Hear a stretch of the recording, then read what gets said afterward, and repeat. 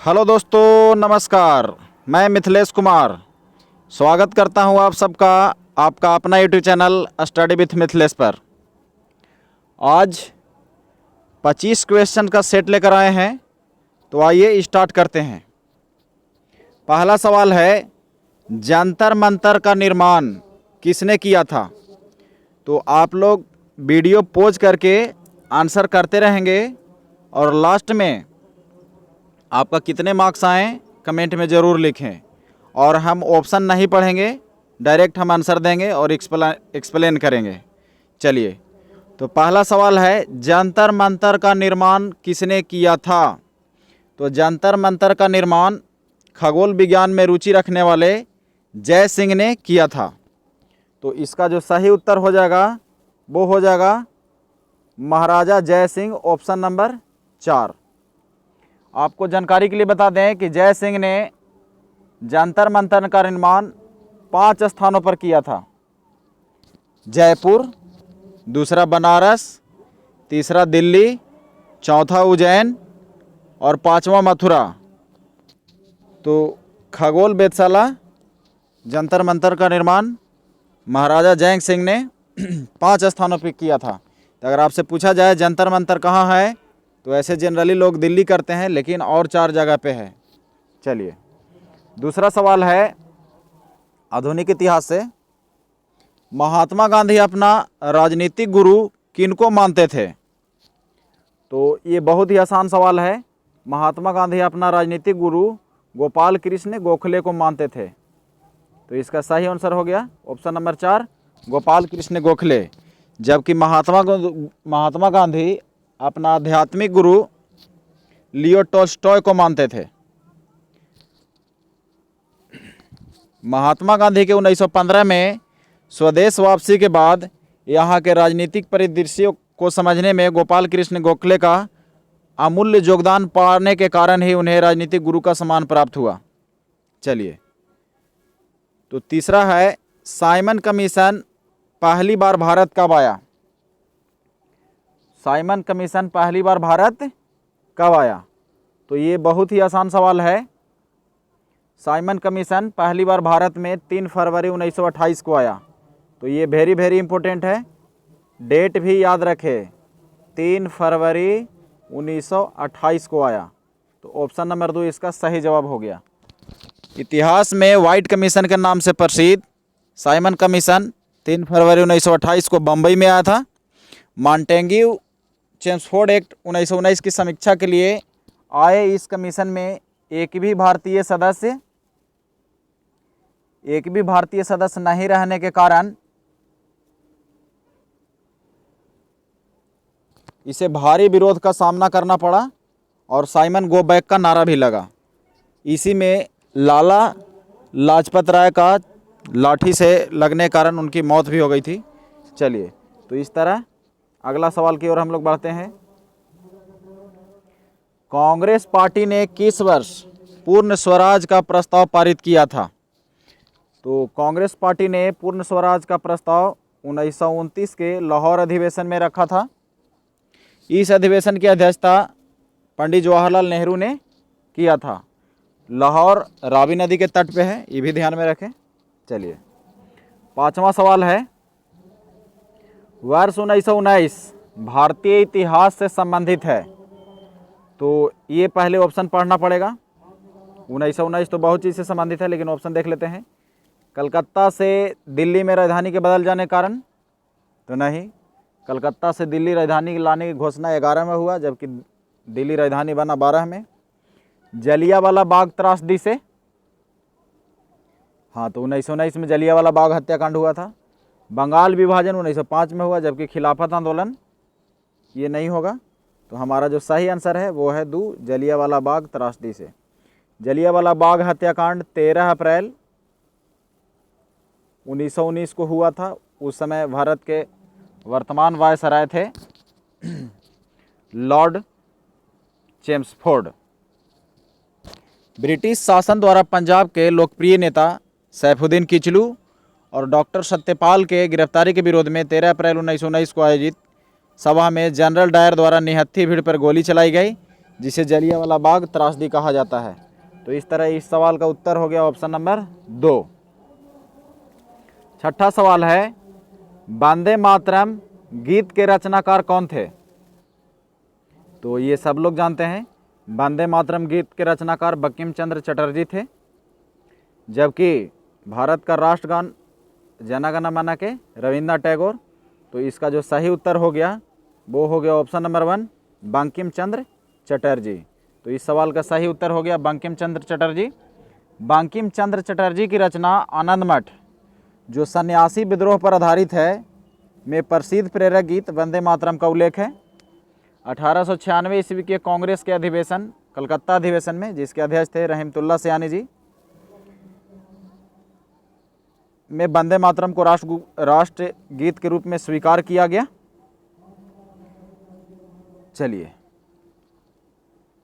तो इस सवाल का सही उत्तर हो गया ऑप्शन नंबर 1। 7 नंबर सवाल है कि पाकिस्तान को अलग राज्य आंदोलन का नेतृत्व किसने किया? तो इसका जो सही आंसर है वो है ऑप्शन नंबर 4, मोहम्मद अली जीना। तो इस सवाल का सही उत्तर हो गया मोहम्मद अली जीना।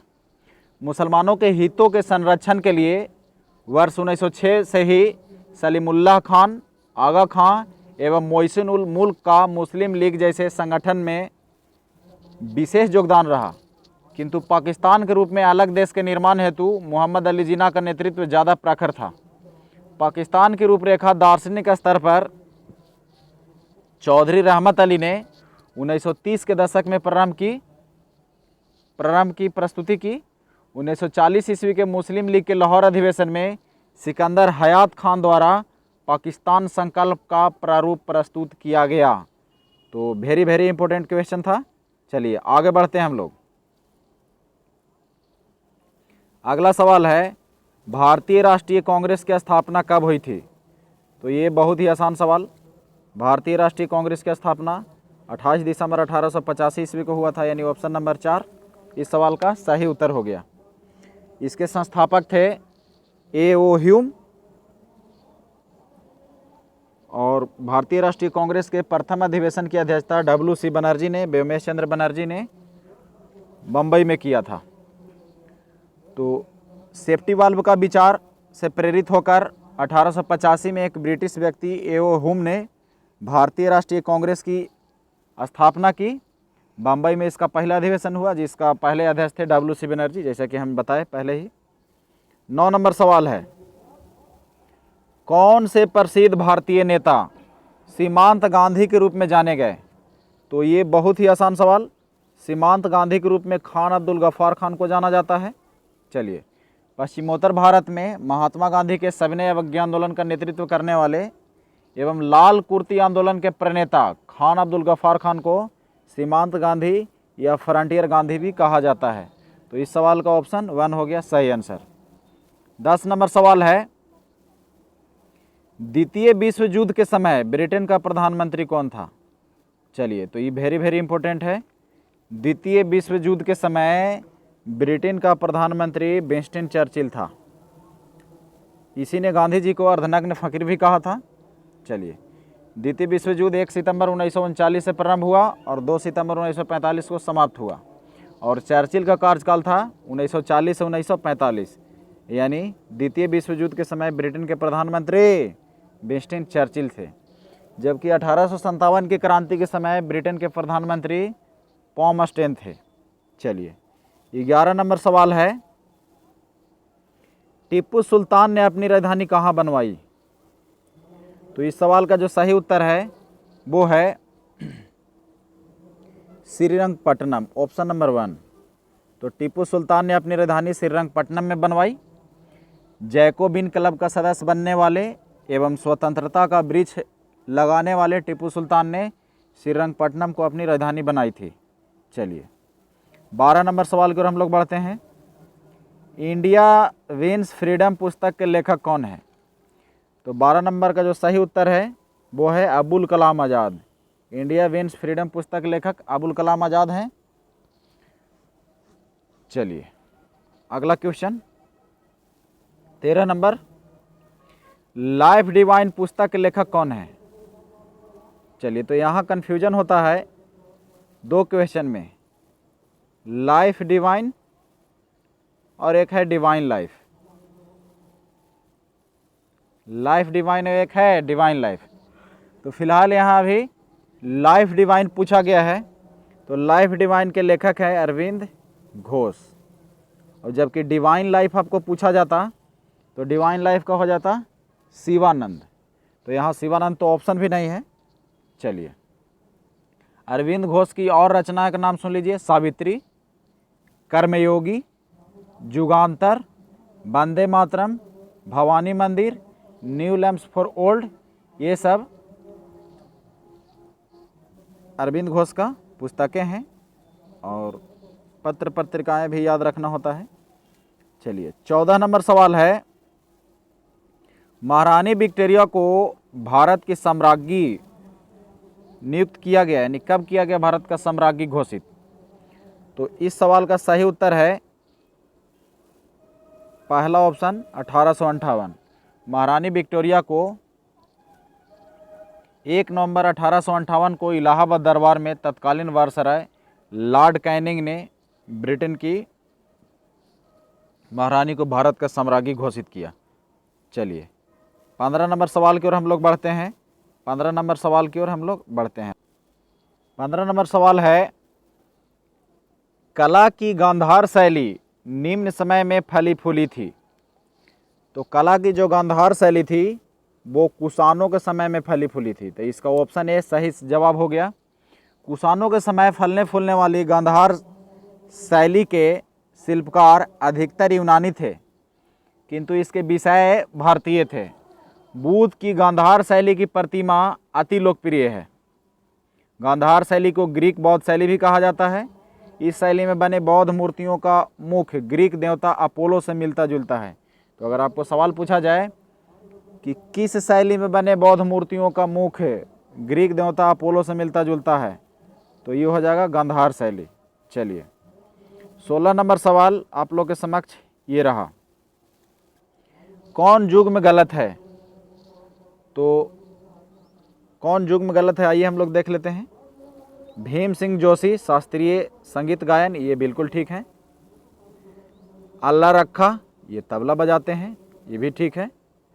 देबू चौधरी सितार वादक हैं, ये भी ठीक है। जबकि एम.ए. सुब्बलक्ष्मी बांसुरी नहीं बजाती है, बांसुरी बजाते हैं हरि प्रसाद चौरसिया। तो यही गलत है, यानी ऑप्शन नंबर 4 सही हो गया। चलिए, 17 नंबर सवाल की ओर हम लोग बढ़ते हैं। 17 सवाल है कि विभिन्न राज्य और उसके लोकप्रिय नृत्य इस प्रकार दिए गए हैं। तो इसका सही मिलान करना है। तो सही मिलान पहले देख लेते हैं हम लोग। आंध्र प्रदेश, अच्छा तो पहले जो इजी है उसको मिला लीजिए। असम का हो गया बिहू, असम का बिहू हो गया। आंध्र प्रदेश का बुर्रा है और हिमाचल प्रदेश का नट्टी और राजस्थान का घूमर। तो हमारा हो गया 1 का बी, 2 का ए, 3 का डी और 4 का सी। अच्छा, देखते हैं किस ऑप्शन में है। तो ऐसा हम लोग देख पा रहे हैं 1 का बी, 2 का ए, 3 का डी और 4 का सी, ये ऑप्शन नंबर 3 में है। तो इस सवाल का सही उत्तर हो गया ऑप्शन नंबर 3। 18 नंबर क्वेश्चन की ओर हम 18 नंबर क्वेश्चन की ओर हम लोग बढ़ते हैं। 18 नंबर सवाल है, 18 नंबर सवाल है, निम्नलिखित में से कौन सा कथन असत्य है, यानी कि गलत है। हम लोग को असत्य ढूंढना है, तो आइए ढूंढते हैं। संयुक्त राज्य अमेरिका में सरकार की संघीय प्रणाली है। तो संयुक्त राज्य अमेरिका में सरकार की संघीय प्रणाली है, बिल्कुल सही है। भारत में सरकार की संघीय और एकात्मक दोनों प्रणाली है, ये भी सही है। चलिए, तीसरा है कि फ्रांस में सरकार की संघीय प्रणाली है, ये भी सही है। तो चौथा है, पाकिस्तान में प्रधानमंत्री की नियुक्ति वहाँ की जनता के द्वारा होती है, यही गलत है। यही गलत है। पाकिस्तान में प्रधानमंत्री की नियुक्ति वहाँ की जनता के द्वारा नहीं होती है, ये गलत है। तो वही तो पूछना, मतलब जानना था कि गलत कौन है। तो जो गलत है वही हमारा सही आंसर है, यानी ऑप्शन नंबर 4। पाकिस्तान में प्रधानमंत्री को जनता सीधे नहीं चुनती है। राष्ट्रीय विधानसभा के सदस्यों द्वारा प्रधानमंत्री का चयन किया जाता है। भारत पहले ब्रिटिश शासन प्रणाली से संचालित था, किंतु स्वतंत्रता के उपरांत देश की अखंडता एवं केंद्र राज्य संबंधों की नाजुकता का भी ध्यान रखना था, इसलिए सरकार द्वारा संघीय और एकात्मक दोनों प्रणाली अपनाई गई है। तो हम लोग भारत के भी चर्चा कर लिए। चलिए 19 नंबर सवाल है कि भारत के उपराष्ट्रपति से संबंध में कौन सा कथन असत्य है। तो हम लोग पढ़ते हैं, इसकी योग्यता प्राप्त करने के लिए प्रत्याशी की आयु कम से कम 35 होना चाहिए। तो ये तो बिल्कुल सही है, 35 होना चाहिए। चलिए आगे ऑप्शन देखते हैं। दूसरा ऑप्शन है उपराष्ट्रपति राज्यसभा का सभापति होता है। तो बिल्कुल सही है, उपराष्ट्रपति राज्यसभा के पदेन सभापति होते हैं। तीसरा है उपराष्ट्रपति के चुनाव भारत का राष्ट्रपति करता है। तो उपराष्ट्रपति का चुनाव भारत का राष्ट्रपति नहीं करता है, यही गलत है। और चौथा है भारत के प्रथम उपराष्ट्रपति राधा कृष्णन साहब थे। तो बिल्कुल थे, यानी इसका गलती आंसर है उपराष्ट्रपति का चुनाव भारत का राष्ट्रपति करता है, नहीं, ये गलत है। उपराष्ट्रपति के चुनाव में भाग लेते हैं राज्यसभा और लोकसभा के निर्वाचित और मनोनीत सारे सदस्य। तो उपराष्ट्रपति का चुनाव राष्ट्रपति नहीं करते हैं। चलिए 20 नंबर सवाल की ओर हम लोग बढ़ते हैं। अगर कोई वित्त विधेयक लोकसभा द्वारा स्वीकृत हो जाए तो राज्यसभा इसे अधिक से अधिक कितना दिन रोक सकती है। तो ये तो बहुत ही कॉमन सवाल है, सारे लोग जानते हैं कि राज्यसभा को वित्त विधेयक संबंधित ज़्यादा महत्व नहीं है, यानी मात्र 14 दिन तक रोक सकती है। तो इस सवाल का सही उत्तर हो गया ऑप्शन नंबर 4, 14 दिन। चलिए, और ये रोकने का इसका जो 14 दिन का अधिकार है, ये है अनुच्छेद 109 के 2 के तहत। 21 नंबर सवाल है, भारतीय संविधान में संशोधन के लिए विधेयक लाया जा सकता है केवल लोकसभा में, केवल राज्यसभा में, या तो लोकसभा में या राज्यसभा में, और चौथा ऑप्शन है भारत के सर्वोच्च न्यायालय में। तो भारतीय संविधान में संशोधन के लिए जो विधेयक है वो या तो लोकसभा में लाया सकता है या राज्यसभा में लाया जा सकता है। तो इस तरह ऑप्शन नंबर 3 इसका सही जवाब हो गया। चलिए 22 नंबर सवाल हम लोग बढ़ते हैं कि निम्नलिखित उच्च न्यायालयों में से कौन एक से अधिक राज्य या केंद्र शासित प्रदेश के लिए है। तो देखते हैं हम लोग। इलाहाबाद, तो इलाहाबाद तो उत्तर प्रदेश का उच्च न्यायालय है, इसका मुख्यालय इलाहाबाद में है। चलिए दिल्ली, तो दिल्ली केंद्र शासित प्रदेश दिल्ली के लिए है। और 4 ऑप्शन में है महाराष्ट्र, तो और 3 में है गुवाहाटी। तो यहाँ पूछा जा रहा है कि उच्च न्यायालय में से कौन एक से अधिक राज्य या केंद्र शासित प्रदेशों के लिए है। तो इसका जो सही उत्तर है वो है ऑप्शन नंबर 3, गुवाहाटी। और महाराष्ट्र में भी गोवा का आता है, दमन दीव का आता है। तो फिलहाल यहाँ वर्तमान में गुवाहाटी उच्च न्यायालय के अंतर्गत असम, अरुणाचल प्रदेश, नागालैंड और मिजोरम का क्षेत्र आता है। महाराष्ट्र के उच्च न्यायालय में मुंबई उच्च न्यायालय, गोवा, दादर नगर हवेली, दमन और दीव आते हैं। चलिए अगला सवाल 23 नंबर। अगर भारत के राष्ट्रपति के चुनाव में कोई विवाद है तो उस विवाद को सौंपा जा सकता है, यानी किसे सौंपा जा सकता है। तो ऑप्शन देख लीजिए। तो इस सवाल का जो सही उत्तर है वो है कि अगर भारत के राष्ट्रपति के चुनाव से संबंधित कोई विवाद है तो सर्वोच्च न्यायालय को सौंपा जाएगा, यानी ऑप्शन नंबर 3 इस सवाल का सही उत्तर। और एकदम VVI सवाल है, वेरी वेरी इंपॉर्टेंट, इसे ज़रूर ध्यान में रखें। चलिए राष्ट्रपति के निर्वाचन में किसी प्रकार का विवाद होने पर भारत के सर्वोच्च न्यायालय को इसे समाधान करने के लिए संविधान द्वारा शक्तियाँ प्राप्त है। इस संबंध में यह मूल, विशेष और अंतिम व्यवस्थापक है। अनुच्छेद 71 के तहत सर्वोच्च न्यायालय का विनिश्चय अंतिम होगा। तो इस सवाल का सही उत्तर हो गया ऑप्शन नंबर 3। 24वां सवाल है कि भारतीय संविधान के भारतीय संविधान भारत के राष्ट्रपति को अधिकार नहीं देता, यानी कौन सा काम करने का अधिकार नहीं देता है? तो चलिए 24 नंबर सवाल हम लोग देखते हैं। प्रधानमंत्री की नियुक्ति का, तो ये तो है राष्ट्रपति प्रधानमंत्री की नियुक्ति करते हैं, बिल्कुल सही जवाब है। राज्यों के मुख्यमंत्री की नियुक्ति का, तो राज्यों के मुख्यमंत्री की नियुक्ति राष्ट्रपति का काम नहीं है, ये राज्यपाल का काम है, तो यही गलत है और गलत है वही तो सही है यहाँ। रक्षा बलों का सर्वोच्च कमांडर होने का, बिल्कुल सही भी होता है। देश के किसी भी भाग में आपातकाल स्थिति लागू करने का, ये भी सही। चलिए 25वां और आखिरी सवाल, भारतीय संविधान के लिए प्रथम संशोधन विधेयक है, तो आइए 25 नंबर, 1951 में प्रथम संविधान संशोधन विधेयक लाया गया जिसमें संपत्ति अधिग्रहण, भूमि सुधार, न्यायिक समीक्षा जैसे विषयों को शामिल किया गया। तो इस सवाल को जो सही उत्तर है वो है ऑप्शन नंबर 2, 1951 में भारतीय संविधान के लिए प्रथम संशोधन 1951 में लाया गया था। चलिए तो आज इतना ही। आई होप कि आप लोगों को अच्छा लगा होगा। अगर आप लोगों को अच्छा लगता है तो हमें भी अच्छा लगेगा। धन्यवाद।